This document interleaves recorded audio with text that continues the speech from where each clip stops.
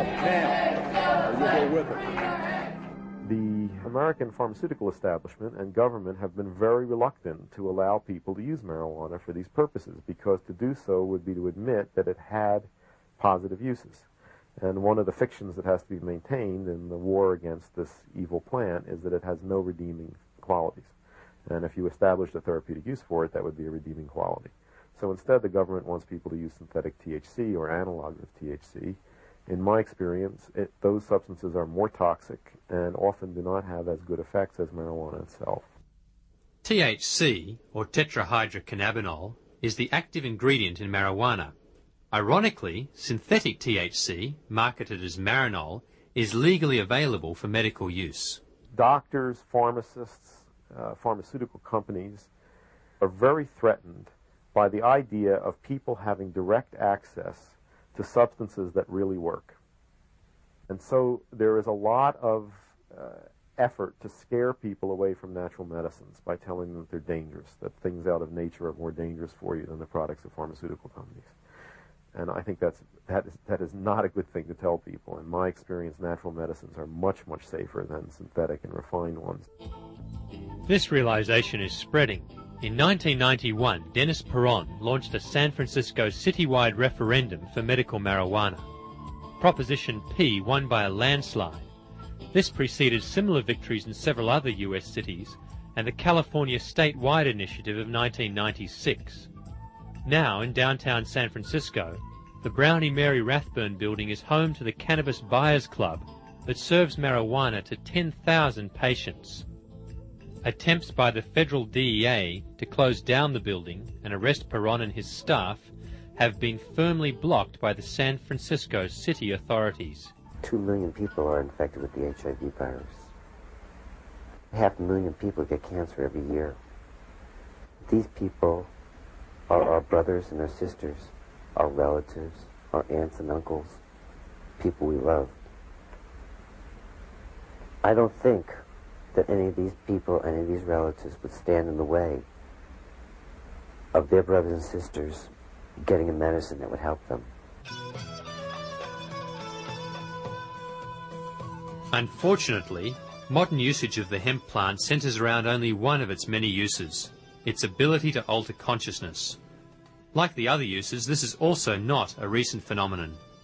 The oldest domesticated plants are the drug plants.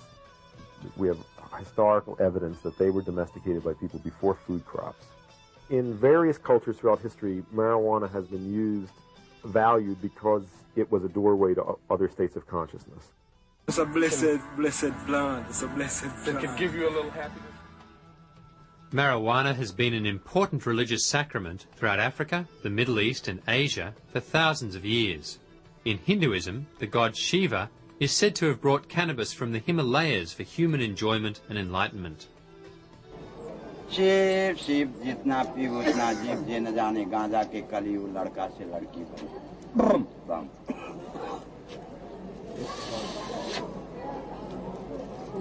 Why then is marijuana use so controversial in Western culture? Marijuana cultivation and use in Europe probably was mainly as a fiber plant and food plant. And it's very possible that many people who grew it for fiber and for seeds did not know of its use as a psychoactive drug. Terence McKenna is a leading researcher and author on the traditional uses of psychoactive plants. The absence of a straightforward hallucinogen or psychedelic in the flora of Europe has given Western man a kind of particular horror of the kind of boundary-dissolving experiences that attend these plants. Another factor is the Christian church. The reliance of magical folk practitioners on plants was consistently suppressed by the church. So we have evolved our peculiarly alienated form of science and social polity completely in the absence of any connection back into the magical side of nature that Celtic and earlier peoples were very concerned to cultivate. So this, I think, is the source of our particularly destructive relationship to the earth and our particularly alienated state of social relationships among ourselves. Only 100 years has Western humanity and civilization actually grappled with the dilemmas which these substances pose. So we're at the beginning of making an adjustment which many traditional societies made a comfortable accommodation to millennia ago. Our beginning to make an adjustment has been a rough one. Our nation has zero tolerance for casual drug use. When I was in England, I experimented with marijuana a time or two, and I didn't like it, and didn't inhale, and never tried it again. If you do drugs, you will be caught. And when you're caught, you will be punished. One of the major concerns is drug use among young people. I think marijuana can make kids space out and lose their concentration, and I think the only remedy for that is good drug education, especially aimed at young people, about what are appropriate uses of it and what aren't. And I don't think it's a good idea to be stoned in school, for example. But we don't have any real drug education at the moment, because in the present climate, that's impossible. You can't admit that illegal drugs have any positive uses.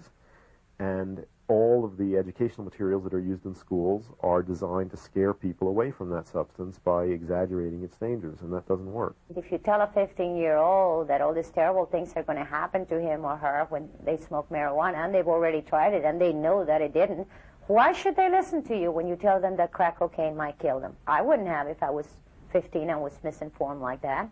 I think that kind of education has a very negative effect. I think it enormously stimulates curiosity on the part of young people to try the forbidden substance. Now, I can imagine a few whispers out there. Maybe you think we'll never get drugs under control, that it's too easy for the dealers to get back on the street. Well, those days are over, too. The revolving door just jammed.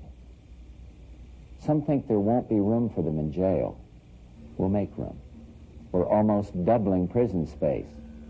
Some think there aren't enough prosecutors. We'll hire them, with the largest increase in federal prosecutors in history. America is now the country with the highest rate of incarceration. Approximately 20% of criminal convictions are marijuana-related.